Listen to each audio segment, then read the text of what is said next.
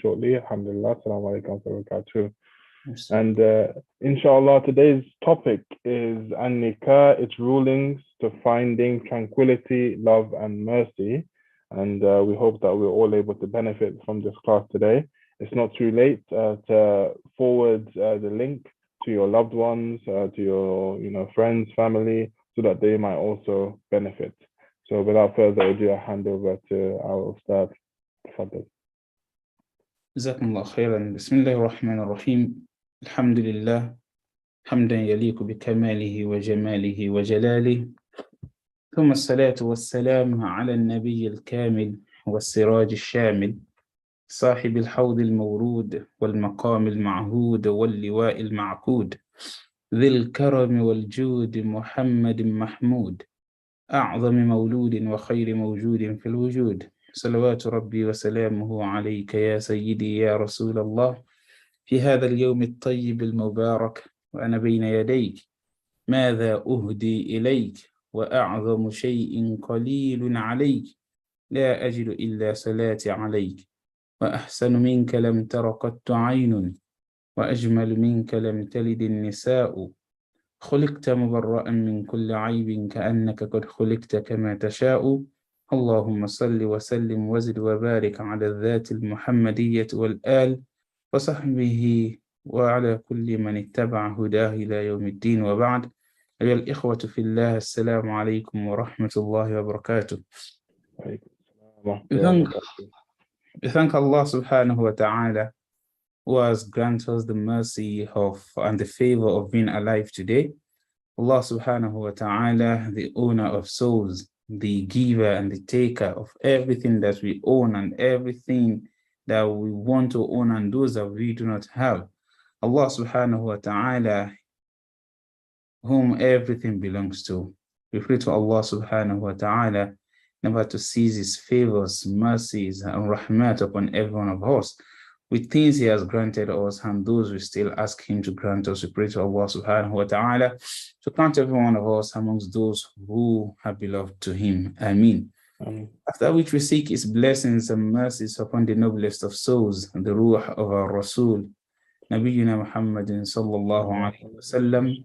May Allah's peace and blessings and a lot of barakat continue to be showered upon his soul, upon his family, his household companions, those who follow him and those who follow them, and upon every one of us as well, our fathers, our mothers, those who have returned to Allah subhanahu wa ta'ala, our scholars as well, those who have gone to Allah subhanahu wa ta'ala. We pray to Allah subhanahu wa ta'ala to be merciful upon them, and those of us still alive, our progenies, and those that will come after them. We pray to Allah subhanahu wa ta'ala to be merciful and kind upon every one of us as well. Ameen. Inshallah, today the topic of discussion as sent to me is around An-NIKKAH. And fortunately or unfortunately, I just got to know about the topic a few hours ago. But inshallah, we'll try to go in the journey together. Pray to Allah subhanahu wa ta'ala to guide my tongue and to guide our listenings as well. Ameen. One thing about the topic when I received it was that I love the way it is structured. I was first saying that it's An-NIKKAH, its rulings to finding tranquility, love, and mercy. Because if it has been written to be nikah, I will be in a lot of trouble looking for how to define the word nikah or an-nikah. In fact, there are definitions in academics when it comes to Sharia that scholars spend a lot of time trying to define, trying to give us the right context, and they will struggle and struggle. Still, they will get nearer to it and they will still tell you, you know what, this is not what we actually want to say, but this is actually closer to it. When you say nikah, could be any type of marriage, could be court wedding, could be the one Islam does not allow. But when we say an-nikah with ma'rifah, already we all know what we mean. We mean an-nikah al-shara'i. An-nikahu al-shara'i. The nikah, that marriage, the coming together of spouses, the coming together of a man and another woman, of these two souls together to become, to serve the purpose of Allah subhanahu wa ta'ala, one of the purposes He has created them for. And of course, this purpose as well is also serving the purpose of our ibadah, which is the greatest of everything. For everything we do as Muslims, the ibadah. Allah subhanahu wa ta'ala said in the Quran, He said, إِنَّا خَلَقْنَاكُمْ مِنْ ذَكَرٍ وَأُنْثَى وَجَعَلْنَاكُمْ شُعُوبًا وَقَبَائِلَ لِتَعَارَفُوا. Indeed, Allah subhanahu wa ta'ala has created us min dhakarin wa untha, from Adam and Hawa, from male and female, وَجَعَلْنَاكُمْ شُعُوبًا وَقَبَائِلَ, and we've made you to be in different nations, colors, tongues, and what have you. Why? لِتَعَارَفُوا, so that we know one another. So the concept here is that Allah created us man and woman, and not just our own race alone. Almost everything Allah subhanahu wa ta'ala has created, except that He told us that we don't know, and those are the malaika. Allah subhanahu wa ta'ala created them for something else. Jinns, they are male and female. Animals, male and female. Plants, male and female. Many other things as well, for which Allah subhanahu wa ta'ala has told us. The same is with our own race, male and female. And we have to serve the purpose, and no one should go against the ways Allah subhanahu wa ta'ala has structured this. So every nation, everybody is coming out of this structure that Allah subhanahu wa ta'ala has set the world to be in, especially the world of mankind, from this man and the woman, the way Allah subhanahu wa ta'ala wants. And at times, we live in the way that Allah subhanahu wa ta'ala does not actually want.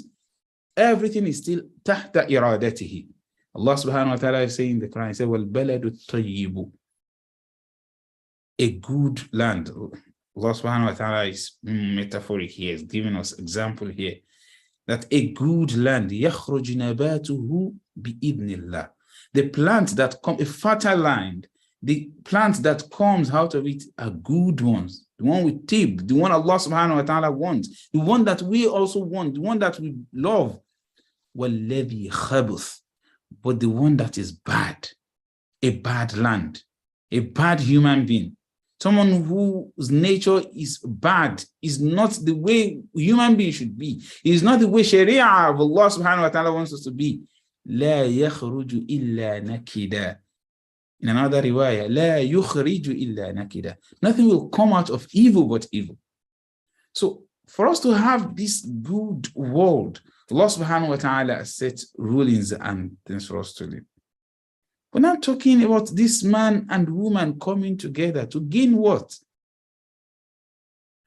If we are asked, because when we talk about marriage or family, it began even before what we call the day of Nikkah, because the day of Nikkah now is so special to everyone.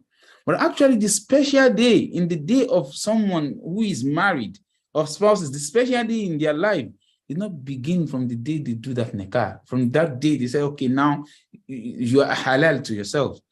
Rather, it has begun far behind before that time. And this is why we Muslims, we have to think and we have to seek scholars and ask them questions on things that are unclear to us, so that we will have the right understanding, so that we'll be able to get the good result, the desired result that Allah subhanahu wa ta'ala wants us to get at the end of the day in anything that we do. This love, tranquility, mercy that we want in nikah has begun far back, before even you meet the person you want to marry. I'm sure on this call, many scholars would have come talk about this, the ways you live, things you have to do before you get married and all of that. So it's very important that we know this is an opportunity for those who are not married yet to think and pray to Allah subhanahu wa ta'ala to select for them. Because some people are very funny in the way they make dua. And not just dua now, a lot are there, but that's not the topic of today. I know someone who wants to marry, oh Allah subhanahu wa ta'ala, give me sister, so. And oh, they'll do istikhara and say, oh Allah, if you know that this sister is good for me, if you know that this brother is good for me, in my dunya and my akhirah, please make it good. And if you know that it is bad for me, oh Allah, please make that particular sister to be good. That very one I want. Two good people at times might not be good together. So you should pray to Allah subhanahu wa ta'ala to select for you, because He knows what is best for you, what is better for you in your dunya and your akhirah. Actually, when we are asked, a reasonable person, male or female, logically, the best thing for you is to say, I'm not married. I don't want to get married. Because there are things that comes after nikah. There are things that comes after marriage. Of course, there are things we should talk about before nikah, during nikah, after nikah. How do we live? Which is the main topic of gaining tranquility, love, mercy within ourselves. But for someone who is sensible, someone who is reasonable, logically, in our own thinking, we'll say it's better not to get married. This is better for you in your dunya, and it's better for you in your akhirah. Why do we say this? Because Allah subhanahu wa ta'ala says, the Rasul sallallahu alayhi wa sallam said, كُلُّكُمْ رَاعٍ وَكُلُّكُمْ مَسْئُولٌ عَمَّا اسْتَرْعَاهُ اللَّهُ. In another hadith, وَكُلُّكُمْ مَسْئُولٌ عَنْ رَعِيَّتِهِ. You're all shepherds. You're all someone who is responsible for something. And Allah subhanahu wa ta'ala is going to ask you about your responsibility. Not getting married, in your dunya, you have no responsibility. The money you get, you spend it alone, and that's it. The way you want to live, you live fine, no trouble from anyone. You are not responsible for anything. Logically, you say that is good for you. Instead of me getting involved with someone, I want to get married. So I should not rather, in my dunya, I think that is better.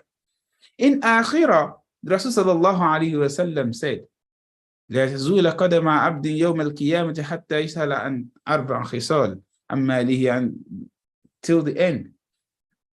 The Rasul sallallahu alayhi wa sallam said, no one will leave the sight of Allah subhanahu wa ta'ala on the day of Qiyamah until he has answered 4 questions. One about the life, everything, about his useful age, about the money, where he did get it, what did he spend it to, about his knowledge, how did he use it. All these 4 questions will be asked.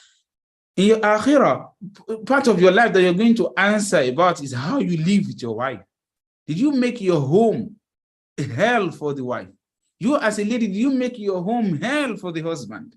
Are you supposed to, were you living in love that Allah subhanahu wa ta'ala has described? This is where you're coming to. جَعَلْنَا بَيْنَكُمْ مَوَدَّةً وَرَحْمَةً. In Surah Rum, I think verse 18. Is this how you were living? Because these are questions we are going to ask. And to begin with, we should know that every Muslim should ask ourselves a question all the time. We don't go into anything without knowing the rulings. Why do I want to get married? Myself that I'm married now, do I ask myself, why did I get married? Am I living for what this marriage is supposed to be for? Am I living the way people want me to live, or I'm living under the mirror of Sharia, the way Allah subhanahu wa ta'ala actually wants a home to be, or the way the so-called world now has redesigned and we're living by that, even though it's going against what Allah subhanahu wa ta'ala wants from us, from me as a man, from me as a woman, from me as a husband, from me as a wife. Am I actually living up to the standard that Sharia has set for everyone to live? Are we living up to the responsibility Allah subhanahu wa ta'ala has given to every spouse? Are we living? Are we giving out the rights that Allah subhanahu wa ta'ala has placed on us? The responsibilities that we are supposed to exercise, are we actually living up to that? It's a question that we should ask ourselves all the time. When anyone is asked, for example, that why do you get married? Say, because my father gets married. Maybe someone will be, it will be easier for someone to say that my mother gets married as well. I want also to give birth and things like that. Because I want someone I'm going to exercise my body pleasure with and things like that, my urge for sex. Then what is the difference from we as Muslims and those who are not Muslim? What is the difference from me as a human being and other animals? That's the same purpose. But for us as Muslims, we must always look at what is after that. We ask the why after the why. We look inward. We look very deep into questions. And these are not far-fetched. They are there. Allah subhanahu wa ta'ala has described. The Rasul sallallahu alayhi wa sallam has explained. We've seen it in their life, how they lived. And this is our model. The way we want to live as Muslims. Because our nikah is actually something to leverage on to gain Jannah from Allah subhanahu wa ta'ala. It's either the nikah is going to make you or mar you. So that question is for us to answer. Are we living up to the standard? A Muslim does not live based on what he has read in one motivational book, because there is nothing good you are going to get in any motivational book that is not there already in Sharia. And there is nothing they are going to explain to you to be bad that is not already explained in Islam. The problem is that we are far away from our deen. We are far away from scholars of Sunnah. We are far away from scholars who are going to explain what we are supposed to do for us. And everything is explained already. So we should think in what, why is this reason? The Rasul sallallahu alayhi wa sallam said, I should be able to answer for myself where did you get married? Because I want to have offsprings that the ummah will be proud of. They are going to spread the message of Islam that will bring about good community. Those that when I die, they are going to pray for me. How many people even pray for their people? I'm very sure, remaining on this call, if you are to look, you are going to have someone who has lost father or who has lost his mother. How many of us are praying for them? When we have children, what type of children do we want them to be during our lives, after our lives? This is a question we should ask ourselves. And because of us to gain all this, we said there are a lot of benefits that we all know that nikah is going to bring about. Children and many that you're going to be responsible for, the good wife and everything. This calls for us to select a very good partner to help us on this journey. We can never gain Jannah through our nikah if we select a wrong spouse, either a male or a female. It's very important that we look very well. We pray to Allah. We ask scholars on how to go about it. We ask those who have experience. And when I say scholars, probably they are not just scholars of ilm shara'i alone. There are some people who are good Muslims. They understand, they might not be able to speak Arabic fluently, but they understand this word very well, and they understand the Sharia very well. Even though we expect that to be from those who learn even more, and they are working with what they learn to gain a lot from them, and that is the purpose. That's the purpose they want to serve for the Muslim Ummah. The Rasul sallallahu alayhi wa sallam said, in a hadith that every one of us know, he said, "Tunkahul mar'atu li arba." Okay, my call. People get the Rasul sallallahu alayhi wa sallam. Here, let's clear a misconception. He's not saying that you should go and get married because of this, because some people, they just translate it anyhow. The Rasul sallallahu alayhi wa sallam is trying to narrate to us that there are main 4 reasons why people get married, what they look for in who they want to get married to. Ask a man, who do you want to get married to? They have files, they have what they want. Men, they don't have issue. When you ask a woman, they have volumes of books they can write. Tunkahul mar'atu li arba. People get married for 4 main reasons. Limaliha, or maybe the lady is rich, or linasabiha is from a good family. People look at their background. Lihasabi lijamaliha, she's beautiful. This is the type of shape I want, the color I want, and all of the people look at all this. Walidiniha, and some people will even look at the religion. I'm sorry, I won't be quoting a lot of verses and hadith because there is not much time and I have a few messages I want to pass. People look at this. Some people look at money. Some people look at wealth. Some people look at families. Some people look at background, nation. Some people even get married because I know when I get married to this person, I'm going to get a UK visa because of this one. I'm getting citizenship because of the... People look at different reasons. Walidiniha. There are those who look at the religion as well. And the Rasul sallallahu alayhi wa sallam said, "Fadhfar bi dhati deen tarbat yadak." Look for the one that has deen. Because in deen is a very wide concept that has a lot of things embedded in it. When someone does not have good behavior, we are not going to say the person has deen. Why? Because the reflection, the result of the deen is nothing. Then the person is not actually performing the deen the way it's supposed to be. It's impossible for someone to have good deen and not be sahib with with good character. وَإِنَّكَ لَعَلَى خُلُقٍ عَظِيمٍ. That is Rasul sallallahu alayhi wasallam. He has the best of characters in any aspect you want to talk about. What is the origin? A deen.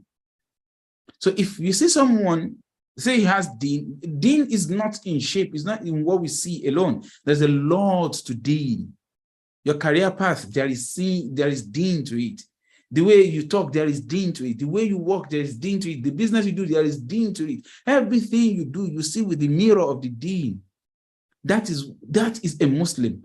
It's not al-insan al-insan. It's al-insan al-Islam. We are not just human being for human being. We are human being for Islam. That's a Muslim. Every aspect of your life, there is only one thing that is joining it, and that is Islam. What else Allah subhanahu wa ta'ala commanded? We think there no way we cannot get solace, we cannot get tranquility in what Allah subhanahu wa ta'ala has not instructed. If you think you can get any happiness in what Allah subhanahu wa ta'ala has made haram, no way you can find it there. Even if you think you are finding it, you can see it maybe temporarily. Those people, they are not actually enjoying. Those houses that are not living according to the way Allah subhanahu wa ta'ala has put it, they're not actually enjoying. You are the one seeing it to be so. If you go into their lives, you know they are actually living in hell. Allah subhanahu wa ta'ala said. And this is general to anyone. If you are not living, if your house, the way you're dealing with your wife is not the way Allah subhanahu wa ta'ala wants. The way you're dealing with your husband is not the way Allah subhanahu wa ta'ala has instructed. It's not what has come in Sharia. You just deal anyway. As if فَإِنَّ لَهُمْ مَعِيشَةً ضَنْكَ. This type of people, they are living in hell. وَنَحْشُرُهُمْ يَوْمَ الْقِيَامَةِ أَعْمَى. And on the day of Qiyamah, we are going to raise them as blind ones. فَقَالَ يَا رَبِّ لِمَ حَشَرْتَنِي أَعْمَى وَقَدْ كُنْتُ بَصِيرًا. On the day of Qiyamah, people will be saying, they are also Muslims maybe, and even kuffar. نَعُوذُ بِاللَّهِ مِنْ ذَلِكَ. Oh Allah, why did you raise up us today as blind ones? We used to see where we were alive. قَالَ كَذَلِكَ أَتَتْكَ آيَاتُنَا فَنَسِيتَهَا فَكَذَلِكَ الْيَوْمَ تُنْسَى. You had admonitions. You were told how to relate with your wife. You were told how to relate with your husband. But you said, no, that's not what you want to do. You're going to live the way you want. فَكَذَلِكَ الْيَوْمَ تُنْسَى. You forgot the remembrance of Allah, the dhikr of Allah, the commandment of Allah. Today you'll be forgotten as well into hell. Na'udhu billahi min dhalik. We pray to Allah subhanahu wa ta'ala never to make us dwellers of hell. So for us to live very well in this home that we call an-nikah, we have good nikah. I don't want to go into qawaid, the shurut of nikah and all of those. We all know that. If we don't know, we should ask scholars. They're going to explain more to us, especially those who are looking inward to get married. But for those who have homes now, or those who are preparing to build a home, to start a home, there are actually things we have to hold on to.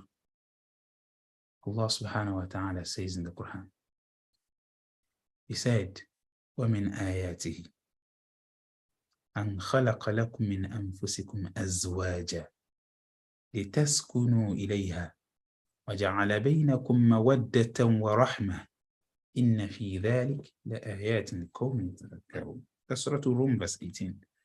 Allah said that among the signs that He has given to us to look inward to and to try to understand is that He, Allah subhanahu wa ta'ala, جَعَلَ لَكُم مِّنْ أَنفُسِكُمْ أَزْوَاجًا, created mate for you from your type, min anfusikum, from your type.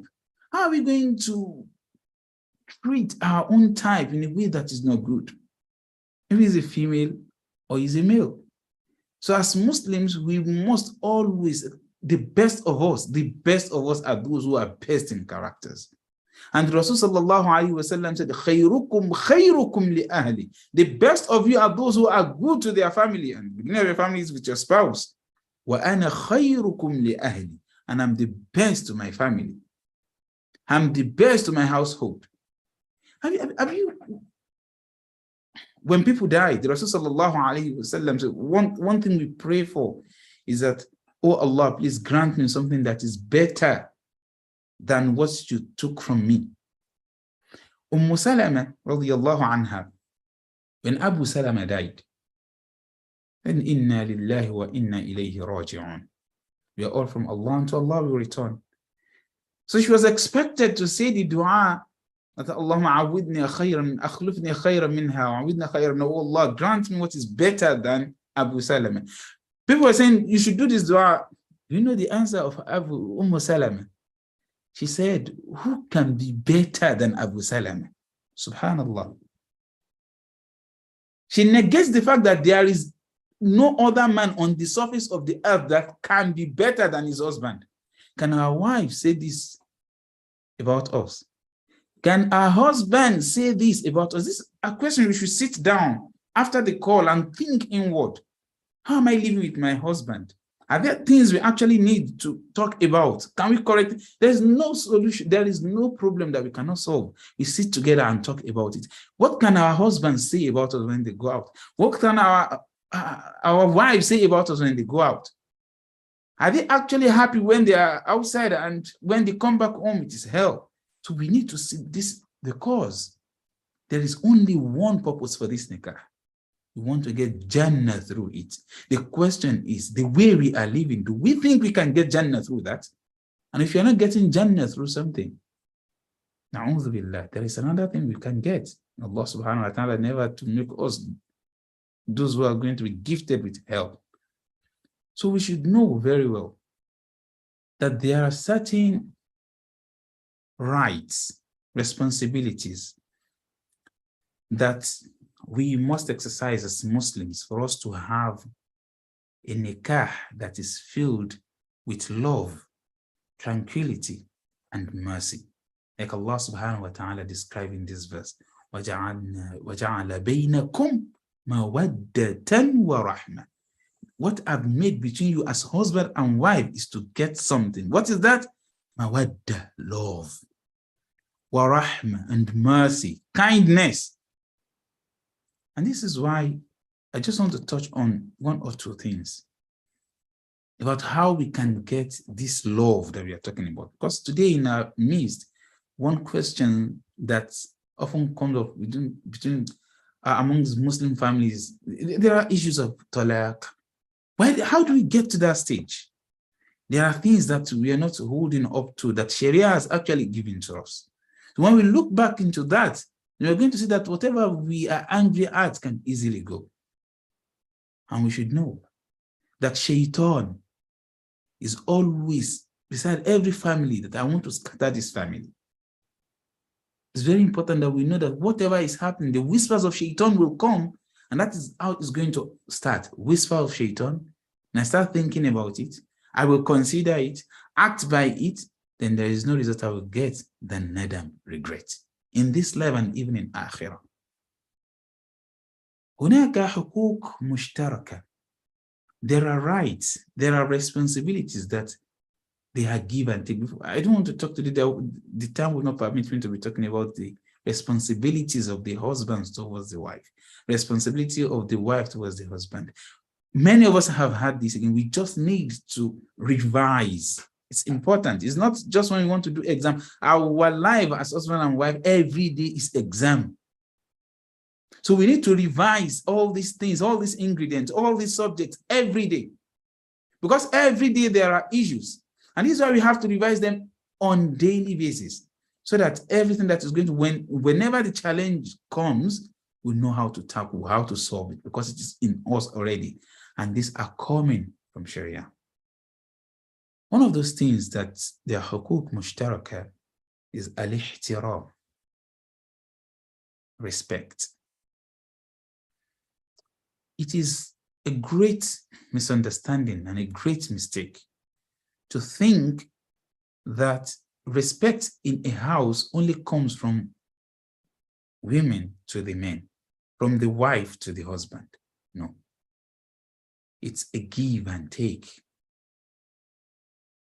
The concept of respect in Islam is not just even in the family alone. Outside the family, a Muslim must, it is compulsory for me as a Muslim to respect every other human being, Muslim or not. And for me to even respect a Muslim more because of that hurmah that Allah subhanahu wa ta'ala has placed in them. Don't forget about Muslim outside. The Rasul sallallahu alayhi wa sallam said, لَيْسَ مِنَّا مَنْ لَا يَرْحَمْ صَغِيرًا وَلَمْ يُوَكِّرْ كَبِيرًا. Now in your home, the respect you give to people outside, the one you give to your wife or your husband at home, must be multiple. You can see a lady talking to someone else's wife with utmost respect, with the boss at work with utmost respect, with friends utmost respect.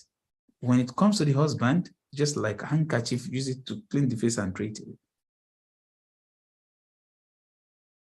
Some people we talk to, their mouth is a razor blade. They talk and the husband will be crying. The same from the husband. They talk to the wife and the wife will be like, let me go and die. A Muslim home should be filled with respect. In hadith of Aisha, you got Zara. I told Rasulullah sallallahu alaihi wasallam, a very long hadith. Rasulullah, this is how I am to you. Aisha radiyallahu anha told us about the Rasul sallallahu alayhi wa sallam. ما كان رسول الله صلى الله عليه وسلم فاحشا ولا متفاحشا وكان يقول إن من خياركم أحسنكم أخلاقا. Rasul sallallahu alayhi wa sallam is not a thug. He's not the one that scatters things. He doesn't talk anyhow. He doesn't even behave to make you. He doesn't even joke with it. وكان يقول, and he used to say, إن من خياركم, the best of you, the أحسنكم أخلاق, is the best, those who have good characters. And one of the characters that a Muslim must hold on to is respect. The one a lady should respect the most, of course, after Allah subhanahu wa ta'ala, your parent, of course, is the husband. A lady came to the Rasul sallallahu alayhi wa sallam. Said, where is marriage? How can I get Jannah? Rasul sallallahu alayhi wa sallam made her know your Jannah is in your husband. You make him happy and you get Jannah. Vice versa, the same thing. The Rasul sallallahu alayhi wa sallam, your Jannah as husband as well is in your wife. You leverage. Spoil her with goodness. And that doesn't come with just money alone. It's not just with gift alone. There are a lot of things that Rasul sallallahu alayhi wa sallam, gift is something. Think, when last did you get your wife a gift? Well, yes, she's working and working. Ladies like money. When last did you even send her 20 pounds? 10 pounds? Emma, say thank you. She will still appreciate as little as it is. When you gift yourself something, you love yourself. These are the admonitions of Rasul sallallahu alayhi wa sallam. We have to understand this concept. And like we said, it's not just from husband to wife alone, and not just from what. Wives, do sadaqah to your husband as well. There is nothing saying he wants Jannah, you also want Jannah. So there is a lot we can leverage on in the concept of respect alone. The way we talk, the way we approach them, the way we discuss, the way we handle matters, it matters a lot. Maybe a few weeks, a husband was explaining to me, they had rancor, we had to go in, explain to them, okay, let's just solve this. What happened? The husband, one way or the other, acted something, was sentenced to prison, like 3-4 months was in prison. Then something just happened, something very trivial at home. The wife said, that's why you went to prison. This can scatter a lot of things. Respect must be there. We should know what we say. We should know what comes out of our mouth. We think before we talk. If I know what is going to come out from my mouth is something that is wrong, it's better I keep quiet. One thing that must come from one of us to the other, for us to gain love. I will not respect my wife and she will hate me. She won't respect me. It's impossible. That is not the way of life. It is not nature. The nature is that when you respect someone else, someone else will also respect you. So this concept is very important. Another thing is athiqah, trust. And the concept of trust is a very big one in Islam. We have to trust ourselves. There are cases whereby we try to think and try to find out if someone is doing something wrong. And we want to ascertain, because there are some problems at times, there are no problem, but we create the problem there ourselves. Because we are trying, Shaitan will always be there, like I mentioned, is going to come, create something that is not there, and could even try to make it happen. So we should trust ourselves. The husband should trust the wife. We should not have su'udhan, thinking evil of our wife, thinking evil of her husband. It's very important that trust is between us. At times it's fast spent. Another thing is love. Look at this verse. See, we'll just rush it. Love should be there. Mawadda. No way, you can't hate me and I love you. Even if I still love you, the love is going to start coming down, depreciating little by little. The husband must love the wife. The wife must love the husband. You must say it. You must act it. You must do it. You must live it. You must have that love in you. It should be your belief. Some people, maybe they had boyfriend, girlfriends, say whatever, someone they had a relationship with before, might not even be in haram with, might even be someone who was married to before. Now you're married to someone else. You find yourself with another wife. You find yourself married to another lady than the person you knew before. You find yourself married to another man than the one you knew before. Might be out of haram, might be out of halal. Either way. But where you are now should be where you submit 100% of your love. If you have this issue going on in your mind, you have to explain to the husband, explain to someone who is going to solve this. There are scholars who have this knowledge and can train you on how to get what is virus away out of your mind. The love should not be shown to anyone. What we call love to husband. Everyone has their own type of love that we give to them. Human being, generally there is love we give them. Our parents, there is love, our children. But there is this secret love between husband and wife. It goes beyond what we call sexual life and every other thing. Should be given to only one person. For the sake of Allah subhanahu wa ta'ala, your husband alone, your wife alone, or your wives alone, on your complete love. Another concept that we have to look into is ashura. We must always talk about things amongst ourselves. The husband and wife must always sit together. They dialogue, they discuss when they have issue. Only if they think they cannot take it again, they don't understand, and they need external factor, the so-called third party. And we have to be careful about third party. Actually, the concept of third party is not always negative. No. In fact, Sharia has put third party down there to solve issues. Allah subhanahu wa ta'ala, فَبْعَثُوا حَكَمًا مِّنْ أَهْلِهِ وَحَكَمًا مِّنْ أَهْلِهَا إِنْ أَرَادَ إِصْلَاحًا. If they want goodness, so they have to look for people who has knowledge, people who have experience, those are the people we seek out. But we have to be careful who we discuss with. But before I take what is going on in my mind, the frustration I have with my husband, with my wife, before I take it out, the question is, have I discussed with her? But one thing we should even be careful of these days, the virtual third party.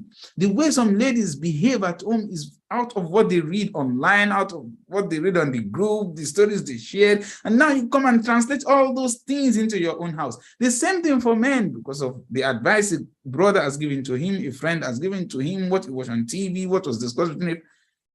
We have to be very careful. Like I said, everything we do, we must ask ourselves, is this in line with Sharia?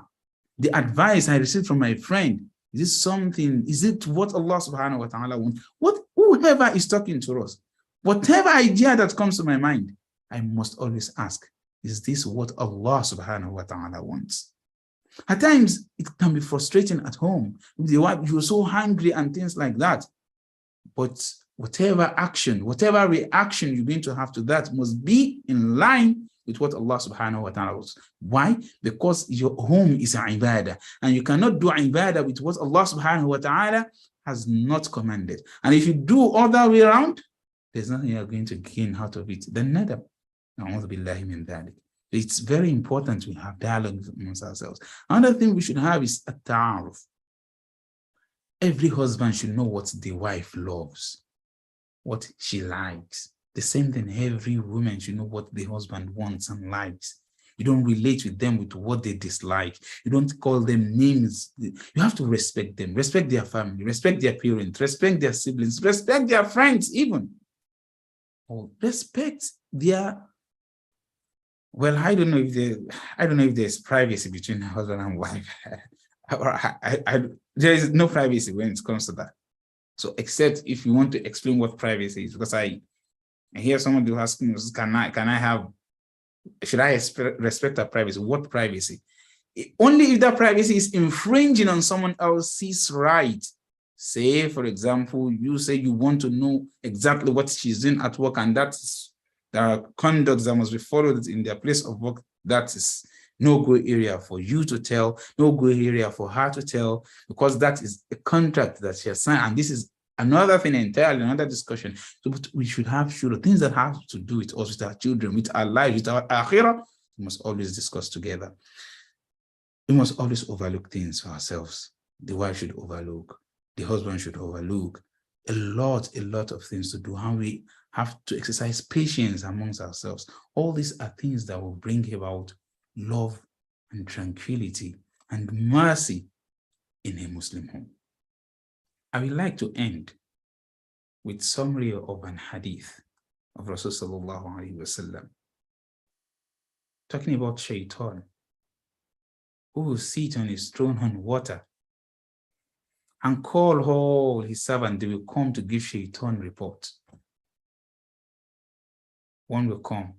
So Ibrahim used to pray before what? He's not praying again. Shaitan will be like, is that an achievement? Another one will come. He used to do al-kar morning and night before, but now he doesn't do. Some days he miss. Another one will come, tell shaitan he doesn't miss rak'ats, but now he miss Jum'ah, he miss the Jama'ah, he miss this. He doesn't fast one day and Thursday again. He doesn't do this Sunnah again. He doesn't. Shaitan will be like, you're not giving me good reports. Like, that's normal. But another one will come telling shaitan that shaitan, boss, the husband and wife, now they are fighting. They don't like themselves again. They are living in hell. The husband sleeps in the parlor and the wife sleeps in the sitting room. Now they don't talk. They are both at home, but they chat online. In fact, he's not coming home again. He beats her. He beats him. This is what is happening. They don't cook again. Doesn't eat her food. You don't believe, yes, you've achieved. Give that one reward. There is nothing that is so beloved to shaitan than to see homes to break up. This is achievement for him. Why? Because he has succeeded in denying you in Jannah, the Jannah that you want from getting married as a Muslim. In denying you the Jannah that you want from getting married as a Muslimah. So if we have issues, we should sit down. Ask ourselves, what does Allah subhanahu wa ta'ala ask of us? What is this home? How is it supposed to be? Where did we start? How did we start? How did we get here? This is a question we should ask ourselves as Muslims when issues come up. Very little. Don't let us take it in, talk it, discuss it. And this is how we are going to gain mawadda wa rahmah in our homes. I pray Allah subhanahu wa ta'ala to grant us tranquility, mercy, and love in our several homes. I pray to Allah subhanahu wa ta'ala wherever there is issue, for Allah subhanahu wa ta'ala to intervene and grant them solace for the sake of Allah subhanahu wa ta'ala. Jazakumullahu khairan. Wassalamu alaikum wa rahmatullahi wa barakatuh. Wa alaikum salam wa rahmatullahi wa barakatuh. Barakallahu feek, Sheikh, for taking us through that. And I hope everybody did benefit from that. Inshallah, we'll go to one of the questions we have in the chat. And the question is as follows. Assalamu alaikum. Please, what are the steps that couples can take to maintain trust amongst themselves? How can a man deal with a wife that gets angry easily, even though she is a good woman? Jazakumullahu khairan. For the first part of the question, talking about to maintain trust amongst ourselves. One thing that breaches trust is tajassus. And Jesus is trying to look inward. Is this person trying to look for someone else's wrong? Or trying to look if this person, trying to look for flaws in others? Don't try to look for flaws. Muslims should not try to look for that, even if you know at times. That's why we mentioned the word at-taghaful, to overlook. It is precious for one to have that overlooking mind, to have forgiving mind. You should train yourself to always forgive. We know the Sahaba of Rasulullah sallallahu alaihi wasallam, who he said is in Jannah already. And they asked why he's in Jannah. When he was asked another Sahaba, let me cut the story short, the only reason is because he has a pure heart. Whenever anyone does anything that pains him, he forgets the person before he goes to sleep. So things will happen because we live together. We always see some flaws. He doesn't do this, he doesn't do that, he's not good at this, he's not good at that. Whatever it may be, we should try to have forgiving heart. This is one thing that's going to bridge good trust. You know where the flaws is, and you try to make the person better. You talk about it. There's something that you do that is wrong. Oh, and you also, maybe a man, for example, don't say that is what I'm going to do. I'm a rijal qawwamuna ala nisa. It's like some people don't even understand the word a rijal qawwamuna ala nisa. Yeah, be what? Be ma tunfiku. And in that aspect, you are feeling and you want to be rijal qawwam. This is not qawwama. So we should try to live together, understand them, and we should trust them on what they say. Only if this person is badi or mutafahish, and at that level, it's another topic entirely. It's another topic entirely. We'll be talking about divorce. If someone is known to be promiscuous, that is another topic entirely. But little mistake amongst ourselves should not be something we're going to dwell in too much, or when another thing happens, we say, this is what you did last year, this is what you do now. You know, these are human being flaws. We are bound to make mistakes, and we should try to have forgiving heart with that. And we should not try to be looking for flaws and mistakes and be retreating it all the time. That's one thing that could help us. The second, how can man deal with wife gets hungry easily? Sallallahu alaihi wasallam narrated different things in which can help you deal with people who get hungry. The first thing one should do to the wife is to train her on deen. For someone who gets hungry, the simplest thing the person should say is A'udhu billahi minash shaitanir rajim. Two people were hungry at themselves one day, and Rasul sallallahu alaihi wasallam saw them. And Rasul sallallahu alaihi wasallam told the Sahaba closer to him that I know one thing, that if either of them should say, that hunger will run away. Because beneath every hunger, like I said, it starts with the whispers of shaitan. And shaitan is not powerful. He is not. Allah subhanahu wa ta'ala said, Kul a'udhu bi rabbin nas, malikin nas, ilahin nas, min sharri al-waswas al-khannas. All shaitan can do is to give you the waswas, just to whisper. However, he is al-khannas. In Hadith, Rasulullah sallallahu alayhi wa sallam said, يأتي الشيطان إلى كل واحد فإذا ذكر الله, if he should remember Allah, or he's saying أعوذ بالله من الشيطان الرجيم, خنس, shaitan will run away. Because it's not powerful. That is just it. So we train our wives, or the husband, that because at other places, the husband is the one that gets angry now and then. Little things get hungry. So we should train ourselves on saying, and we should have forgiving heart as well. So for a wife that gets hungry easily, when she is getting angry, be calm. Be calm. Let time go, then you come again. Act. What is she angry at? Try to be reasonable, because at times when we say wives or ladies are getting angry or they are mad at us, my belief is that women are not unreasonable. It is we that we should try to reason with them as well. They might be wrong, and they might not be. I might be the one that is wrong. So this is where the concept of discussion comes in. We should communicate and say, what are you angry at? Okay, this is what is happening. Be objective about it. And this is how the Rasul sallallahu alaihi wasallam's house, and Aisha broke this. We all know the story. The Rasul sallallahu did not do a rijal qawwamuna ala nisa. La. Hasha lillah. People come to the house of Rasul sallallahu, they couldn't bear it again with their wives at home. Yeah, but you go back to your house. It happens. And that's it. All these things won't happen. Even there are even signs of love for them to be angry at someone. So you should just try to manage, calm down, let her do. Then you look for a good time to discuss, buy her gifts, spoil her, like we say. Because at times things that they are angry at are worth getting angry at. So we should be, there are two things we should look at ourselves. When someone is angry at me, I should ask myself a question. Am I actually wrong? If I'm not wrong, then I should see, is this person right? Okay, what's the problem? Then I should try to explain myself. At times, just issue of communication, then we'll be fine, inshallah. Inshallah, barakallahu feek, Sheikh. And the next question we have is, what advice could you give a woman or man that has disclosed issues to their family, like a third party, i.e. their parents? So the slip has already happened now, and it's somebody close like parents, but it's caused ripples. What's the advice? I think it's very important to know when to escalate issue. Before we think about talking to someone, we should have tried all possible bests to discuss amongst ourselves. This is one thing. And when the issue of escalation comes in, we should not actually go to someone who will be biased.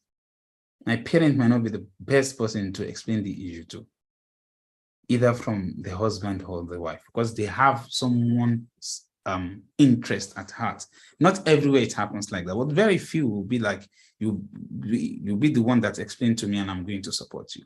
So we should look for, this is why we say, فَبَعَثُوا حَكَمًا مِنْ أَهْلِهِ وَحَكَمًا مِنْ أَهْلِهَا. But before we get to the stage of going to third party, in fact, I will advise, only if I know that my parent is, they're always straight and they're always firm with what is righteous. And we, the third party, we should be careful. Almost everybody in this world now, we are all third parties. And we should ask ourselves when we sit down at home, are we causing problem in people's life, or we're not? So for me as a wife, for me as a husband, before I think of going to someone outside, my friend, my parent, even my sheikh, we should discuss at home. Then when I want to take my issue further, it should be with we should also discuss, we should select who we are going to, both of us. Almost everyone will have someone they respect. Maybe a sheikh, might be both parents as well, might be someone else, but we should agree on where we are going to. We should not go to fools, those who are actually going to cause more problems for us. So these are things we should think about. Anything we want to do, we should try to do together. Perhaps before the person we choose, we want to go and talk to Ustadh Tawfiq, for example. Maybe we think, I'm not going there again. So let's just stop this thing. So it's very important. It's very important. So before we go out, let's talk. And if you are going out, you should not do it. The only cases where I'm going to say I want to go behind my wife or I want to go behind my husband is when I want to actually look inward. Am I the one having problem? Not that I'm actually looking for fault in them. So before we go to third party, there are a lot we could have solved within ourselves before going out. And when the issue of going to third party is, then we have to do this together and try to get advice. Not, we want to blame someone. We should go there. We're having this issue. And how do we solve this and this will not happen again? That should be the intention. It's not the intention of come and blame my husband, come and blame my wife. Allah Alam. Barakallahu feek, Sheikh. And I can't see any further questions, so inshallah we can wrap up here. We want to thank you once again for filling in late notice, but nonetheless giving us such powerful gems. Inshallah, we have you back to deliver more on this topic, to further elucidate and teach us. May Allah make it heavy in your scale of good deeds. And may Allah bless everyone who attended this session today. Inshallah, next week we'll be returning with the Muslim in Business series. And I think everyone should try and tune in to that. There will be some tips given on how to weather the financial slowdown that the economy might be going through in the UK. So I think it's a topic that everyone could potentially benefit from. So inshallah, please do endeavor to join next week. So until then, subhanaka Allahumma wa bihamdika, ashhadu an la ilaha illa ant, wa astaghfiruka wa atubu ilayk. Assalamu alaikum wa rahmatullahi